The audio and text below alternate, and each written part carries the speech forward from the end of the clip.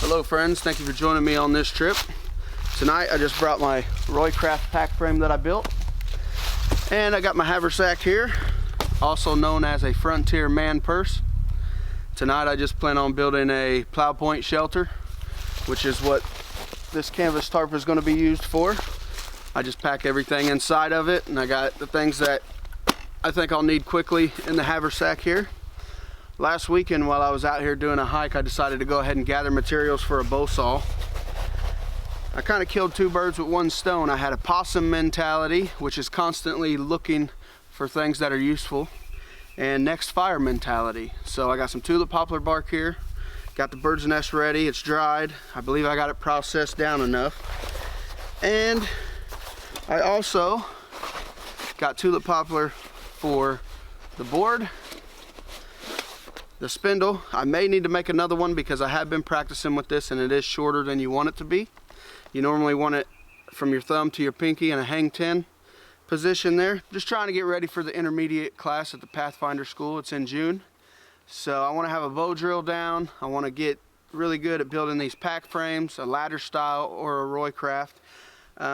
If you want to know how to build this pack, just type in Roycraft or Roycroft. It depends on how you want to pronounce it. I've seen it spelled and pronounced both ways.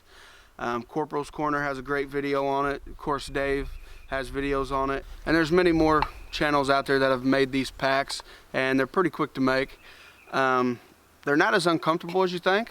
A lot of people think that the wood goes into your back, but I'll show you how it's not so bad here in just a second. And when you put everything in here and you fold it up, I put the wool blanket in the back, and as you tighten this down, it will actually press against there, and this padding, hold on, let me get that sticker out of the way.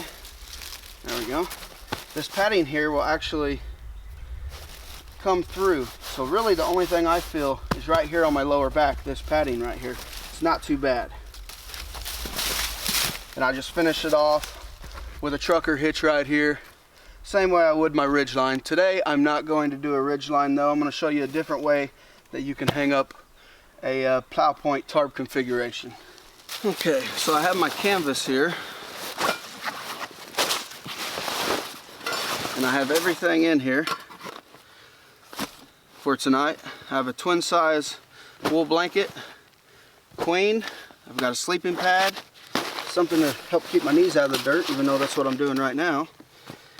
A poncho because there is a chance for rain, not really sure. A trash bag and some 1/2-inch manila rope, my dinner for tonight, and a shamag. I'm going to show you how to tie up this plow point configuration with this rope right here. Now you can actually just use the rope that you use as your pack straps to do this, but I always like to bring a little extra natural rope with me. This is approximately 25 feet, and it's probably overkill, especially with such a small tree.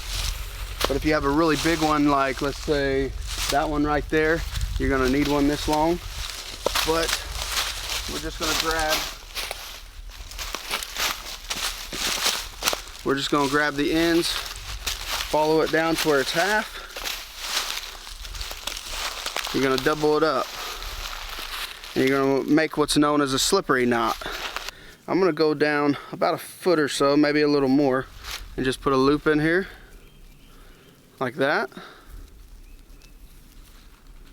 And then from there, take this rope, feed it through the loop.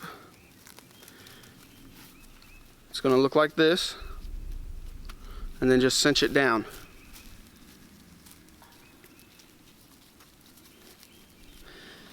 Like that. And what you're left with is some bunny ears here, and then a single rope on this side. And this is nice because if you want to, you just pull it and it comes apart. Alright, so we're going to do that again. We're going to make a loop,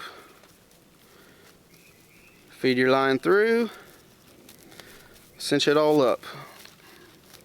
Now, you're going to want to take this and feed into here.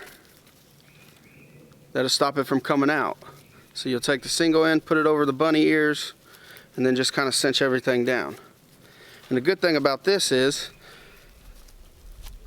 no matter how tight you get this against the tree, you can always bring this back over, pull it straight out, just like that. Okay, now that we have that done, I'm probably just gonna have it chest level. It's not gonna be very cold tonight, so I'm not worried about getting the tarp really close to the ground in order to trap heat. I believe the low is only gonna be like 52, so t-shirt, long flannel shirt here, and my wool blanket, I should be pretty fine tonight. But now that you have this right here, you're gonna take the two ends, wrap it around the tree,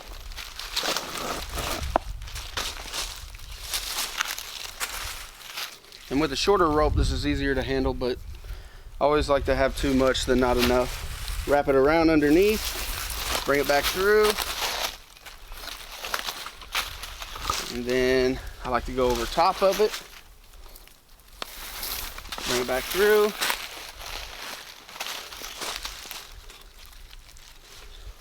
and then on this end I just like to tie a square knot, or you can just tie it like you do a tennis shoe. Either or is fine. It shouldn't go anywhere. Now if your tarp only has grommets on it like mine do, you're going to want to make these loops here, which is nothing but some number 36 bank line with a necklace knot, and then from here you're going to turn it into a lark's head knot. Oh, if I quit dropping stuff, feed it through there, put it inside of the loop, bring it just like that.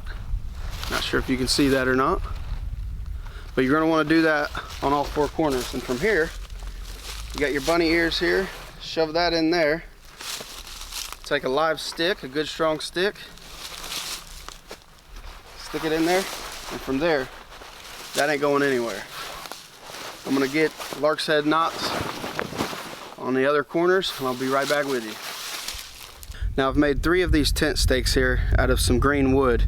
I've beveled the end here about an inch down or so, maybe a little less. I've carved a 7 notch, and at the end, even with the 7 notch, I cut it off at a 45, and the reason for that is as you're pushing this straight down, it will naturally want to go at a 45, which is where you want it. So put it at a slight angle, push it in the ground, and that will actually end up where you need it. The reason for the bevel is because as you're pounding on it, this wood tends to want to mushroom out. This helps prevent that. Put that line in that 7 notch, come over just a little bit, put it straight down, and as it's going down, it naturally wants to go in at a 45. And from here,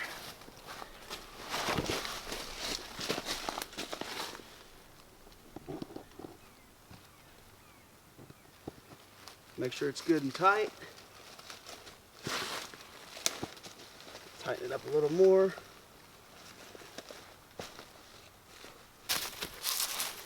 You may have to take a few minutes, spend adjusting it, but you don't want to crease in the middle there. You don't want any place that can hold rain should it decide to do that, which here in Indiana, we have a saying that if you don't like the weather, just wait 15 minutes. There we go. Okay, from here, I got plenty of headroom here. Got plenty of room in here for my gear and everything. These shelters are a lot easier to set up if it's a square tarp. This is a 6 foot by 8 foot, so you do kind of have to mess with it a little bit, but it works just fine. This is in there really good. There's not a whole lot of wind that's coming that I believe, so I'm not too worried about it. And we're looking at the 5 W's here when I picked this site. Wind, there's not a whole lot of wind, but I do know that the wind is coming from behind me, so it's going to hit my tent back here. Water, I got water right there. Wood, I have plenty of down dead limbs and trees that I can use for a fire. Widow makers, I've looked above me here.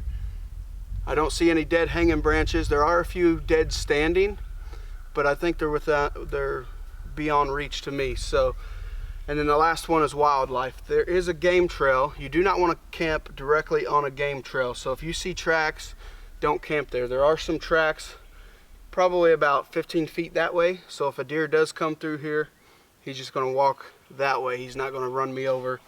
That's the plan anyways. But I'm going to get my bed set up and I'll show you exactly what I'm going to do tonight. Okay, so I have this twin 100% wool blanket here. And I'm just going to lay that down like so.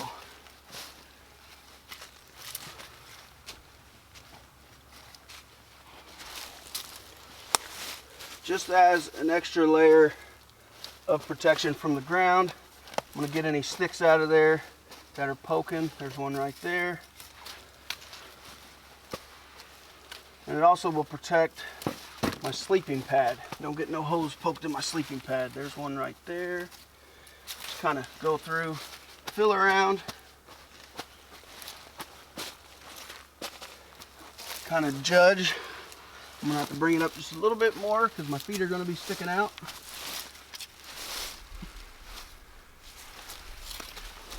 Okay. So my head would be, I may switch it up. I may put my head down there. But I'm gonna get my pad ready here.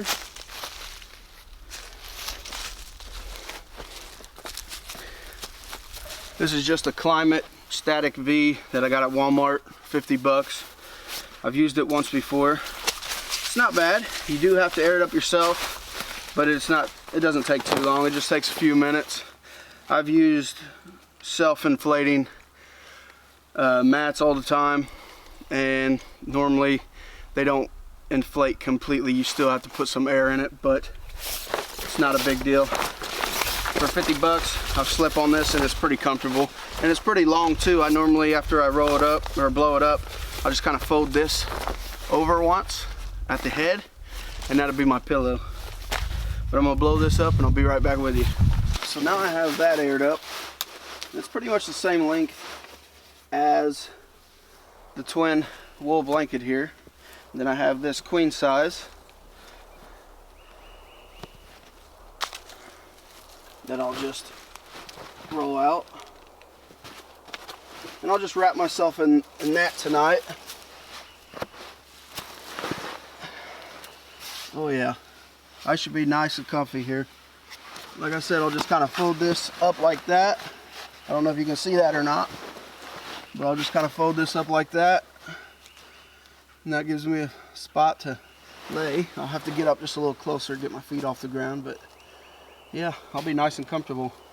Now, this tarp is water resistant, but it's not waterproof. So if it does happen to rain, what I'll try to do is raise the top end up, put it more at an angle. That way the water will roll off of it, hopefully not sit there. That's the plan. It's not supposed to rain till tomorrow afternoon, but you never know.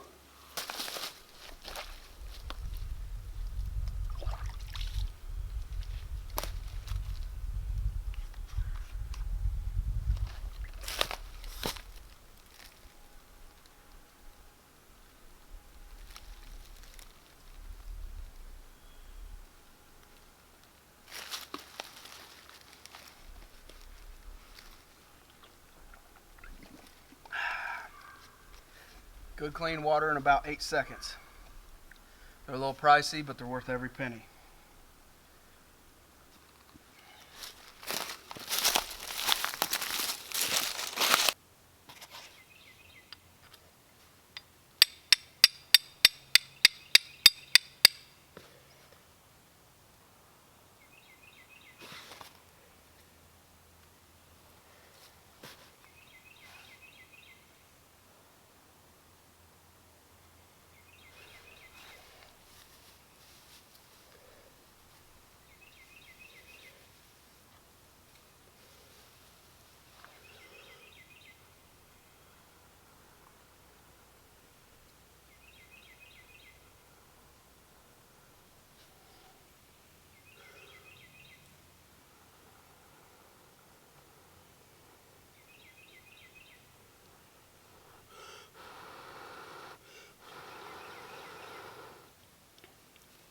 we go.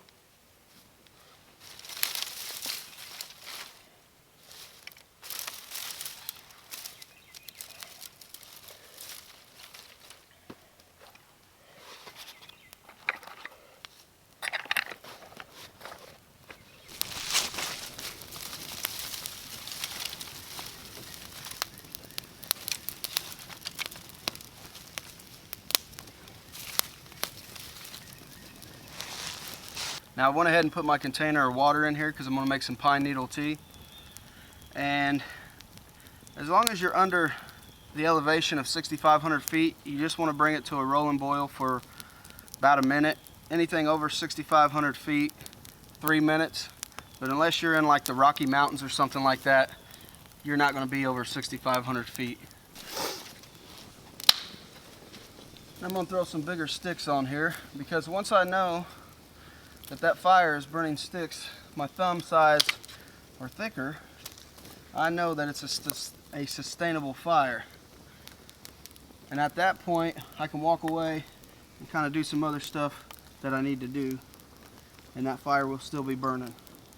So I am going to go get some pine needles, and I'll be right back.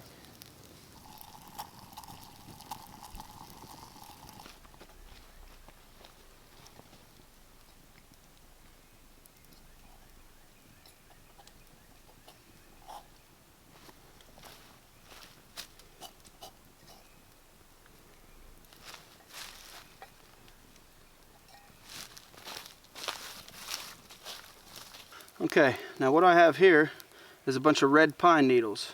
And one way that you can tell that they're red pine is each stem, whatever you want to call it, or cluster will have two. Just like your hair, you have two hair follicles.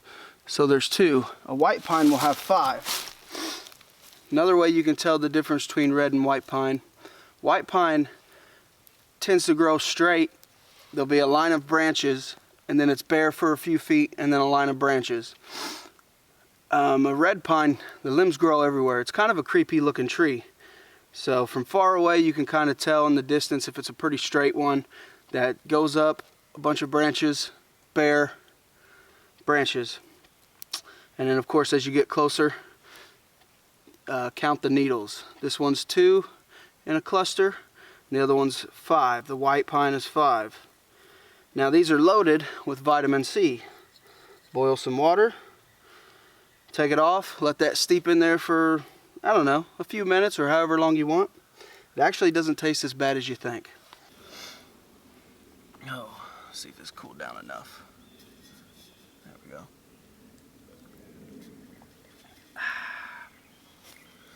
Like I said, pine needle tea is not as bad as you think.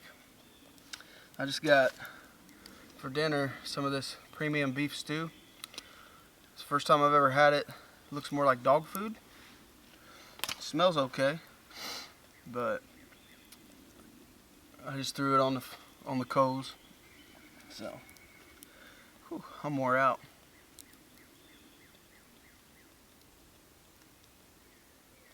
I hear something on the ridge up there. Probably a deer or something. Oh. Whew.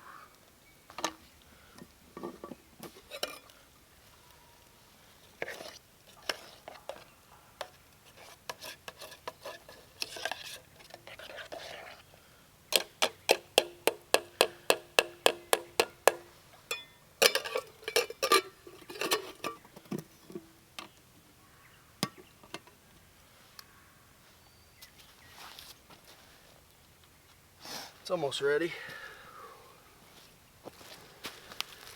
I don't think I'm gonna have a fire tonight. I just checked the weather again and it's supposed to be a low of 55 now, so it's gonna be even warmer than I thought. So, yeah, 55, I'll be perfectly fine. I may keep a small one just to kind of keep all the critters away, because last time me and Jasper were out here, there were some coyotes that got a little bit too close, so we'll see how it goes.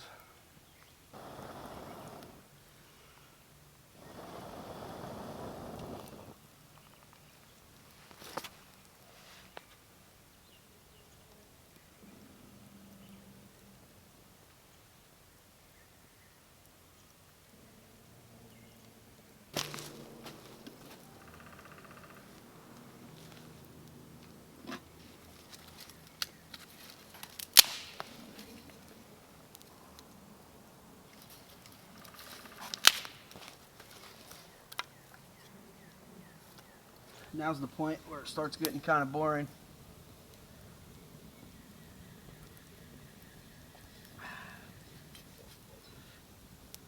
I think I am going to get a little bit of wood. Nothing too big, just enough to keep it going. That way I ain't got to keep throwing wood in it every 5 minutes. Throwing sticks in it anyways.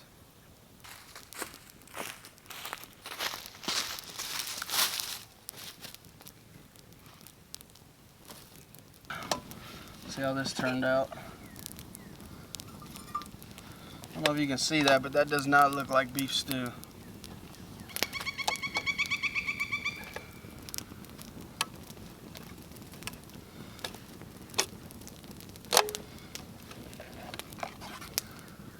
I don't see no beef. Where's the beef?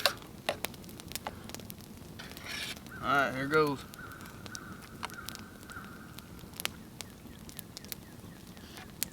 Looks are deceiving because that's not bad. There's a piece of beef right there.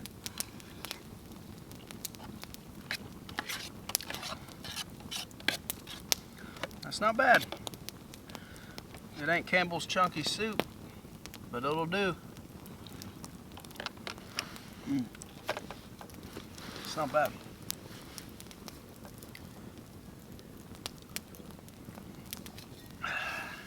What time is it? Where's my phone? Whew, it's 8:30. 8:30. It's still light out. It's getting dark. You can tell it's getting dark. That camera's really good. You know, even when it's just slightly dark out, it still looks pretty bright. But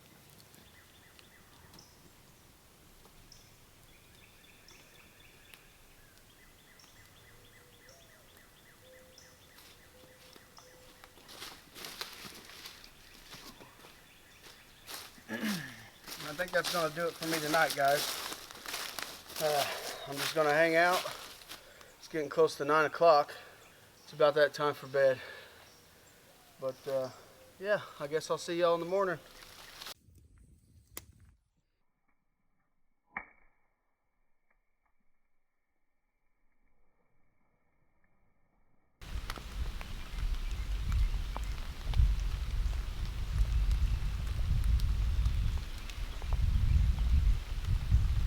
Well, the canvas tarp held up pretty well. It's been raining probably for the last, I don't know, hour or so. And it's not wet on the inside. Plenty on the outside. This is just a $25 canvas tarp that I got from Harbor Freight. So if you go to your local Harbor Freight, if you have one, pick one of these up. So far, this is a pretty good tarp. Everything inside is dry. But yeah, so far I'm pretty impressed with this canvas tarp.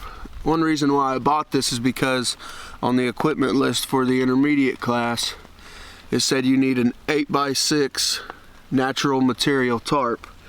And this one's holding up pretty well in the rain. I'm pretty happy with it. This will probably be the one I take. I slept pretty good last night. Oh, I woke up a few times, but there were no animals howling at me. And yeah, so I'm gonna go ahead, I'm gonna quickly get everything packed up. And yeah, I'm not sure if this camera is waterproof or not. So I'm gonna get everything packed up as quickly as possible so I can get out of here without ruining this camera. And I'll try to record me actually packing the Roycraft Packframe so you can see how to do that.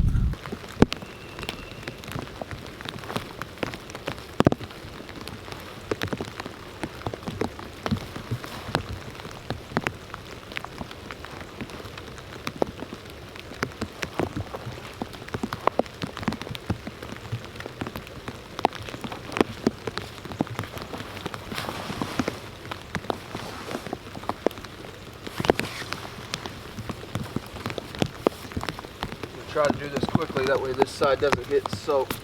I just took my wool blankets, threw them in this trash bag here, just to keep everything dry.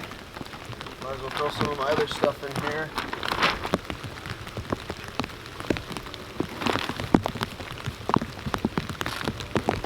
kind of throw everything in the middle here.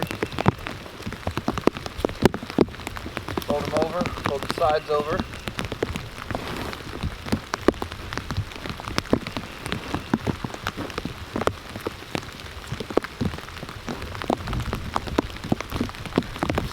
Fold it once,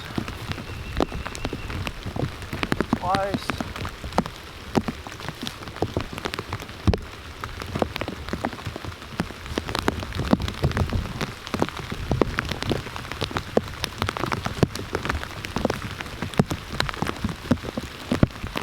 Now from here, this ain't gonna be the prettiest job in the world because I'm trying to get out of the rain here. Just fold everything up, and I have my cook pot and everything out. I'm just gonna carry that by hand. Okay. Normally you'd want this compressed and as tight as possible, but we're gonna go up, around the top, keep it tight.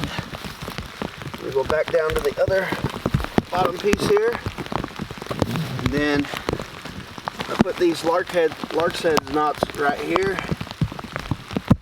Just feed that through.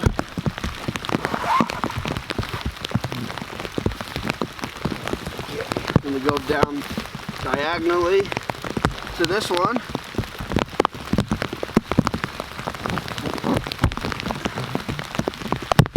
Then I'll go across over here to this one.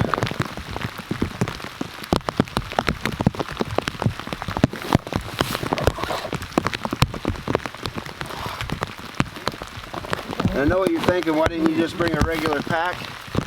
You know, that's a good point. I just like to try new stuff, you know. Building a frame out of some wood that you find in the woods, it's kind of neat. Alright, so I'm going to do my trucker's hitch here. Like I said, I'm not worried about fancy at this point, I'm just worried about function. Just to get it out of here. I'm going to wrap it around the frame here.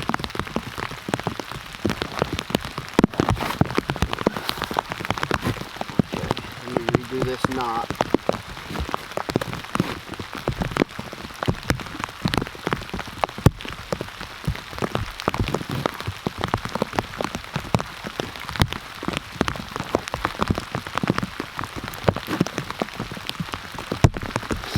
My hands are a little cold, they ain't cooperating with it.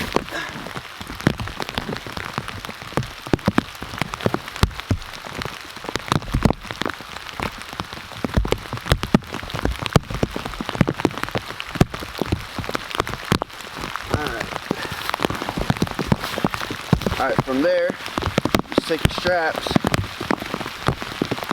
put them over. I'm going to wrap them beside the heater, underneath, like that. Bring it up. I just tie it like you do a tennis shoe.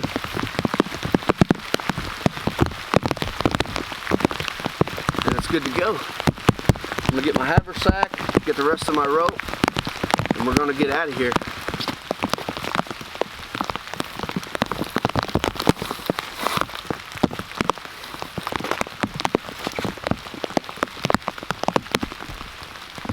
And you just kind of take this, push it down.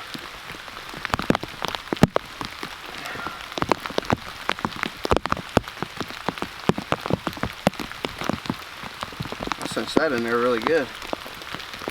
There we go.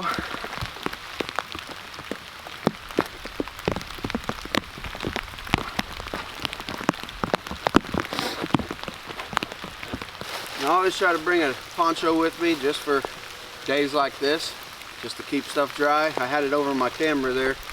But yeah, that's pretty much it, guys. I had a good night and a pretty good morning until all this started coming down, but that's okay.